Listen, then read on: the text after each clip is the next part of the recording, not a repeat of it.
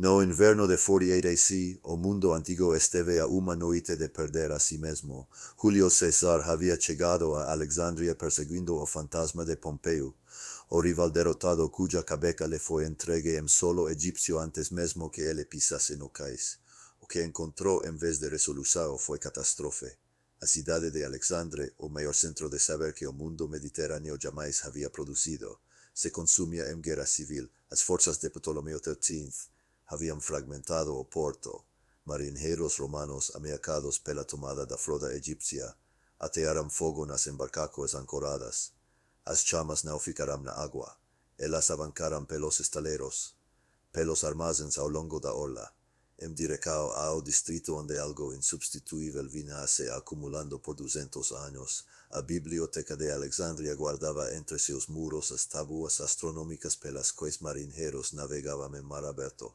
Os tratados de engenharia que haviam erguido aquedutos e pontes por todo o mundo antigo, manuscritos médicos compilados a partir das tradições egípcia, grega, babilônica e persa, obras matemáticas que não haviam sido copiadas em nenhum outro lugar, o raciocínio acumulado de civilizações ao longo de séculos, preservado não por sentimentalismo, mas porque Geracao após Geracao de estudiosos havia compreendido que o conhecimento, uma vez perdido, não é simplesmente redescoberto.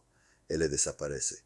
Naquela noite em chamas, homem compreendeu como fazer César entender o mesmo.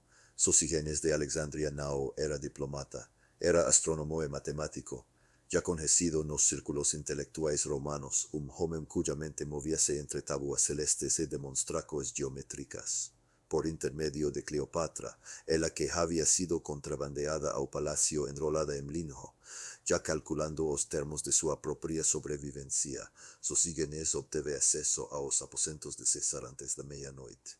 Ele não apelou à cultura, não falou de heranca de beleza, nem da dor de se queimar livros. Estendeu seus mapas sobre a mesa de campanha, entre os mapas militares e os despachos em cera, e falou a língua de César.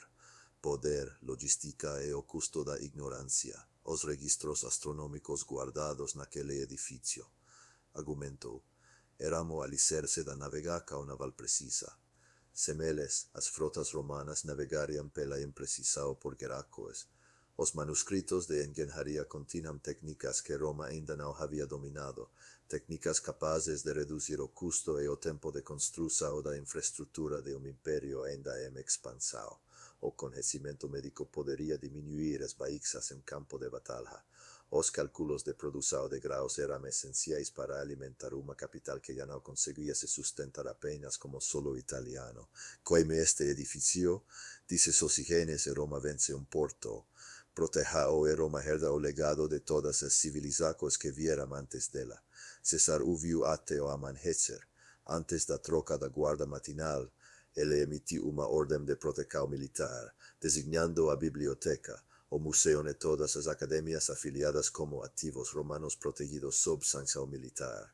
Engenheiros e guardas contra incêndio foram redirecionados do porto para o distrito da biblioteca. Estruturas foram demolidas para criar aceiros. Valas de areia foram abertas nas ruas de pedra durante as horas restantes de escuridão. Legionários formaram linha contra as chamas que avançavam, com ferramentas. Água e a disciplina exausta e partícula de homens que receberam ordens para manter posição e pretendem cumpri-las. O fogo alcançou paredes de pedra e terra limpa. Não encontrou mais nada para consumir. Pela manhã, o distrito da biblioteca estava manchado de fuligem marcado, mas intacto. Cleopatra, que havia arquitetado o encontro com a precisão de qualquer campanha militar, imediatamente transformou a ordem de César em sanção divina de seu reinado, prova de que a reina que havia unido Roma e a sabedoria era a legítima herdeira da antiga autoridade do Egito. A facão de Ptolomeu XXXVIII perdeu a guerra de propaganda tal completamente quanto a militar, e Sosígenes, trabalhando agora com acesso irrestrito à profundidade total dos registros astronômicos babilônicos, egípcios e gregos, deu início à reforma calendária que produziria o calendário juliano, mais preciso, mais completo do que a história jamais permitiu.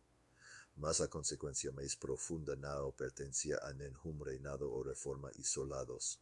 A ordem de Protecao de César estabeleceu um precedente que viajou para o futuro através da doutrina administrativa romana, imperfeita e frequentemente violada, mas viva, quando crises posteriores chegaram, guerras civis, pragas, as longas presos de invasores e colapsos. Líderes suficientes, en lugares suficientes, lembraram-se do precedente alexandrino para agir sobre ele. Repositorios de conhecimento eram ativos estratégicos. Sua destruição era uma perda militar e imperial, não meramente cultural. Os estudiosos que dia forjaríamos grandes arcabucos do direito, da teologia e da engenharia que mantiveram a civilização unida ao longo dos séculos de crise não trabalharam a partir de fragmentos e rumores recuperados. Trabalharam a partir de uma tradição viva, contínua, cumulativa e profunda. Argumento de uma noite, uma ordem emitida antes do amanhecer. E o mundo antigo não esqueceu o que sabia. A história, afinal, não é escrita apenas pelos vencedores. Às vezes, ela é preservada por um único homem que compreendeu, na escuridão, na fumaça, à luz das chamas, que a coisa mais poderosa que um conquistador pode fazer é recusar-se a deixar o mundo encolher.